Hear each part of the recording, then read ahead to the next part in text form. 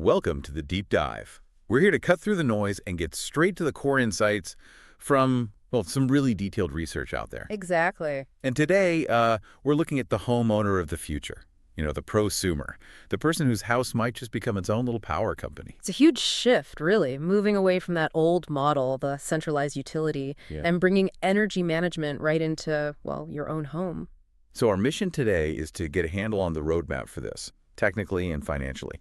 And we're doing that by digging into this really comprehensive global study. It's called, let me get the full title here, Cost Optimal Self-Consumption of PV Prosumers with Stationary Batteries, Heat Pumps, Thermal Energy Storage, and Electric Vehicles Across the World up to 2050. Phew, quite a mouthful, but it lays out the whole scope, doesn't it? It really does. Yeah. And our goal in this deep dive, basically, is to boil all that complexity down. We want to find the clearest answer to what's the most cost-effective setup for someone with solar panels? How do they best mix in batteries, heat pumps, EVs, all that stuff to use as much of their own power as possible? And the headline finding from this study, it's pretty bold. It really paints a picture of this highly electrified, decentralized future. It's the first global analysis of its kind. And it finds, quite convincingly actually, that maximizing your own solar generation to cover all your energy needs electricity and heat that's going to be the cheapest way forward for households almost everywhere soon. So it's not just about being green anymore. No, it's becoming the smart financial move, the superior strategy, really. Okay, let's unpack this whole ecosystem then, because like you said, it's way more than just solar panels now. There are, what, 5 main parts interacting? That's right, 5 key technologies. But first, why the big push for optimization? Why can't you just, put panels up and send the extra power back to the grid like people used to? Well, it really boils down to the economics. Retail electricity prices. They're generally going up, sometimes quite sharply. But the money you get back for exporting your surplus power to the grid, it's often tiny. Right. This study, for instance, assumes a pretty low long-term feed-in tariff, just 2 euro cents per kilowatt hour. 2 cents. That's basically nothing. Exactly. So if you're getting peanuts for your excess power, the incentive to store and use every single watt you generate yourself becomes, well, massive. Maximizing self-consumption is key. Okay, got it. That makes perfect sense. So maximizing self-consumption isn't just nice, it's financially crucial. Let's walk through the 5 components the researchers used in their model. First, the obvious one, photovoltaics, PV. The solar panels, usually on the roof. Yep, that's the starting point. Then, critically, you need stationary batteries, usually lithium-ion these days. Their job is to store electricity after you've met your immediate household needs. That's what the study calls direct self-consumption, or DSC. Okay, PV and a battery. What's next for heating? Right, heating. They modeled high-efficiency heat pumps, HP.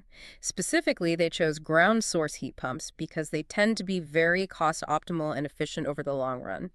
Think a coefficient of performance of around 3.8 nominally. And that heat needs storing somewhere, right? Precisely. That brings in thermal energy storage, TES. Basically, a big, well-insulated hot water tank designed to hold on to that heat energy generated by the heat pump, ready for when you need space heating or hot water later. Makes sense. PV, battery, heat pump, thermal storage. Oh, it's the 5th. The cars. The battery electric vehicles, BEVs, and these are kind of the big mobile batteries you happen to have parked in your driveway. And the study looked at 2 different cars, which seems important. They weren't just identical, were they? No, good point. They modeled different uses. Car 1 was the main commuter car, bigger battery, maybe 80 kilowatt-hours. Car 2 was secondary, slightly smaller battery, 60 kilowatt-hours. But, and this is key, it had vehicle-to-home V2H capability. Meaning it could send power back to the house. Exactly. It could discharge energy to meet household demand when needed. Okay, so you've got this whole integrated system. PV generating, batteries storing electricity, TES storing heat, EVs storing even more electricity, and the whole thing is optimized purely for cost, right? To get that annual total cost of energy, ATCE, as low as possible. That's the driving goal. Minimize the total energy bill for the household. So we know the parts. Yeah. But how do they work together? What's the pecking order when that PV system starts pumping out more power than the house needs right that second? This sequential logic seems really core to the study. It absolutely is. It's the heart of the optimization. When you've got surplus PV energy more than your immediate direct self-consumption, the system follows a strict 7-step priority list. Okay, lay it out for us. Step 1 for that extra solar power. First dibs goes to charging the stationary battery. Get that immediate electrical storage topped up first. Okay, makes sense. Keep the electrons close. What's step two? Step 2. The system starts using the heat pump to fill the thermal energy storage, TES. It runs the HP efficiently, getting the water tank up to its normal operating temperature, say around 65 degrees Celsius, turning cheap solar electricity into stored heat. Okay.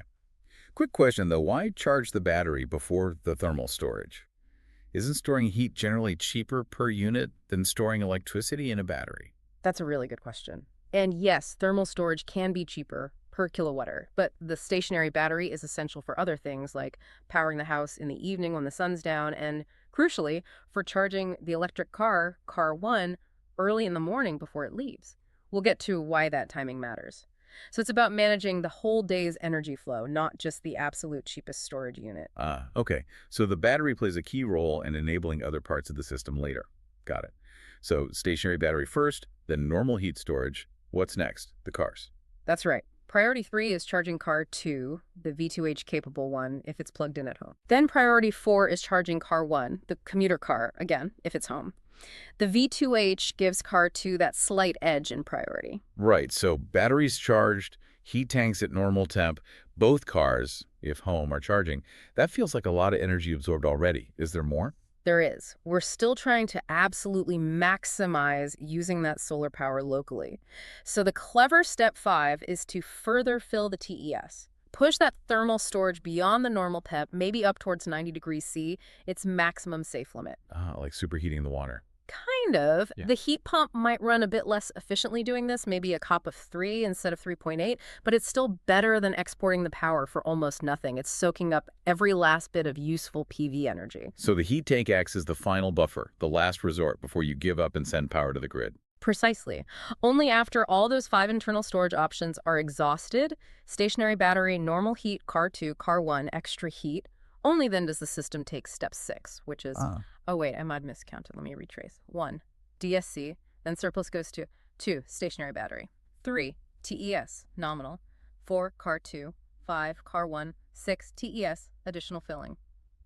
Yes. So the final seventh step is unavoidable grid feed-in. Okay, step 7, feed excess electricity into the grid for that minimal payback. Got it. And the study used those different car scenarios, 2 cars, only car 1, only car 2, and no cars, to see how lifestyle affects this whole process. And the results. The financial side looks pretty spectacular. All the savings are potentially huge. They calculated the annual total cost of energy, the ATCE. For households currently buying 100% from the grid, that cost could range anywhere from, say, 900 up to 6,000 euros a year, depending on the region and usage. Okay.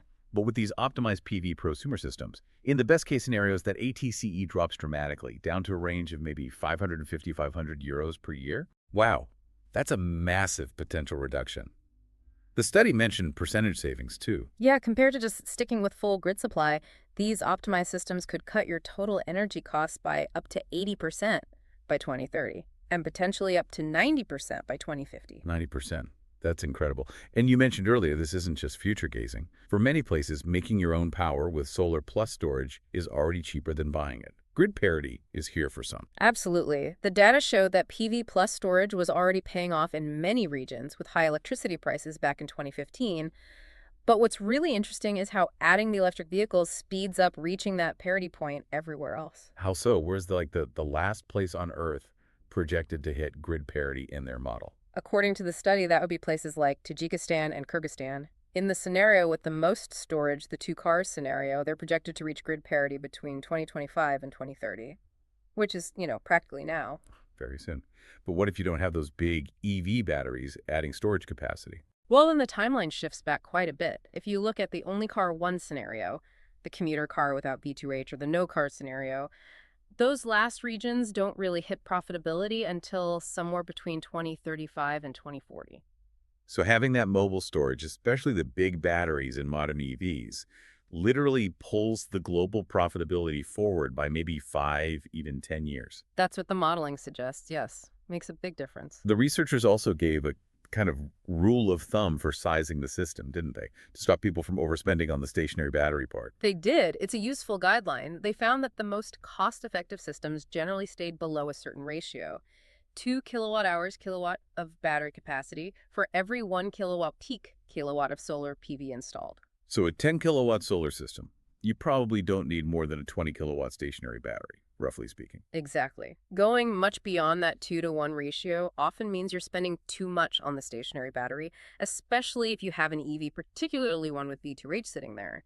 That car battery is often your most cost-effective large storage unit.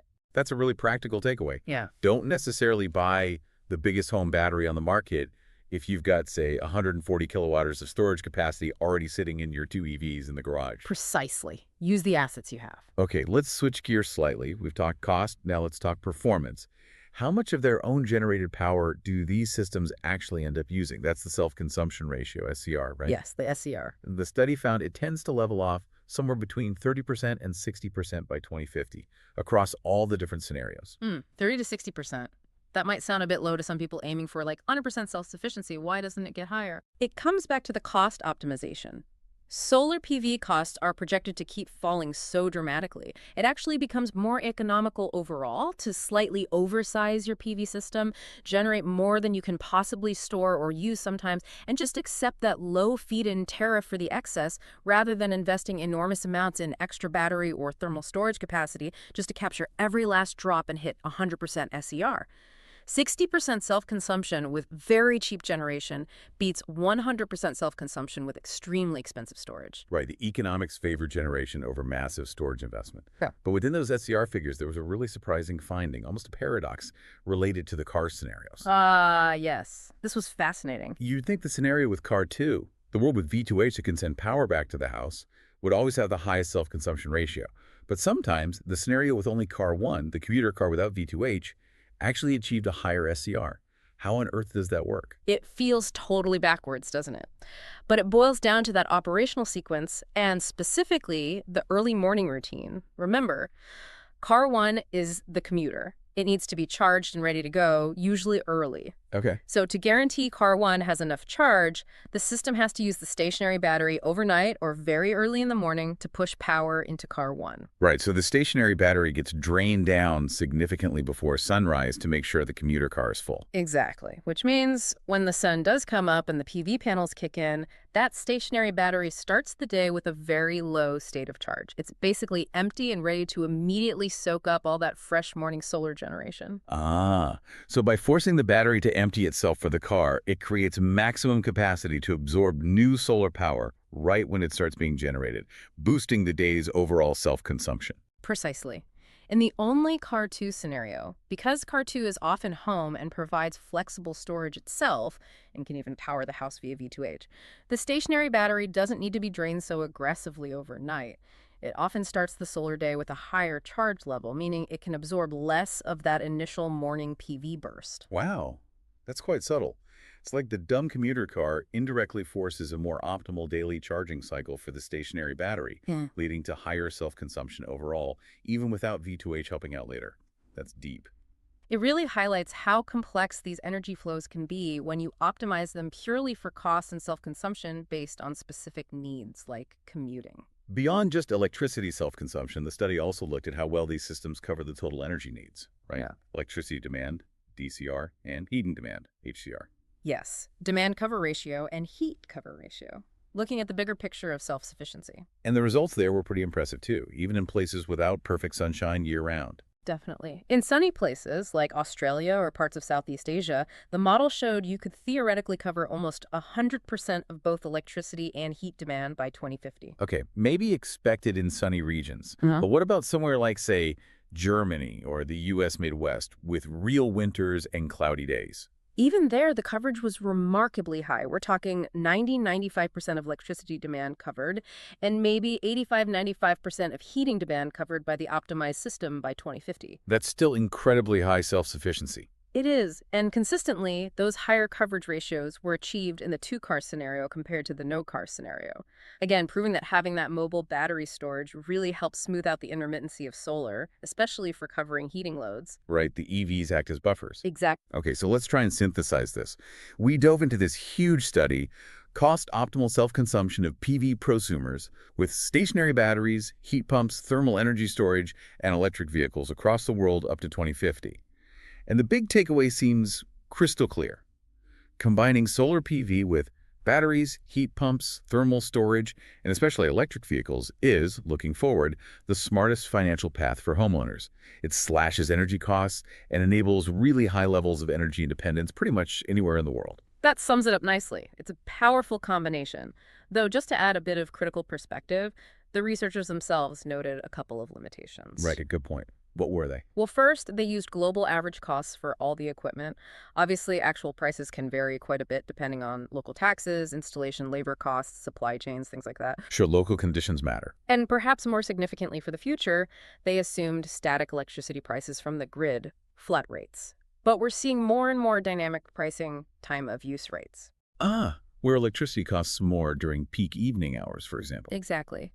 And those dynamic tariffs could actually make the case for self-consumption and smart storage even stronger than shown in this study. It would likely shift the optimization even more towards avoiding grid use during expensive periods. Good point. So the results might even be conservative in that sense. But looking ahead, this study focused on technologies that are basically here today, right? Right. PV, batteries, HPs, EVs, they exist. Yes, largely existing tech, just optimized together. So if these systems can already achieve so much, what happens next? The study hinted at future directions, didn't it? Something about peer-to-peer sharing. It did. That's where the really transformative potential might lie next. Think about it. If you have whole neighborhoods filled with these highly optimized prosumer homes, each with significant solar generation, stationary batteries, big thermal stores, maybe one or two EVs acting as mobile batteries. Okay, a whole cluster of mini power plants and storage units. Right. What happens when those homes start trading energy directly with each other? Not just optimizing their own use, not just feeding scraps back to the main grid, but actively sharing and balancing energy amongst themselves at a local level. Peer-to-peer energy trading within the neighborhood. Instead of just being passive consumers or isolated prosumers, they become active players in managing the local grid itself, Yeah. creating a kind of decentralized, resilient microgrid. Exactly. That's the potential the study points towards for future research. These optimized households could become energy hubs, trading electricity, and perhaps even grid stability services directly with their neighbors. It suggests a future where the local distribution grid becomes much more intelligent, much more interactive, maybe even managed partly by the community itself. Wow. That really shifts the paradigm, doesn't it? From individual optimization to collective grid participation. Definitely something to mull over. Indeed, the potential is fascinating. Well, that's a perfect thought to end on. Thank you for guiding us through that incredibly detailed research, and thank you for joining us on the deep dive.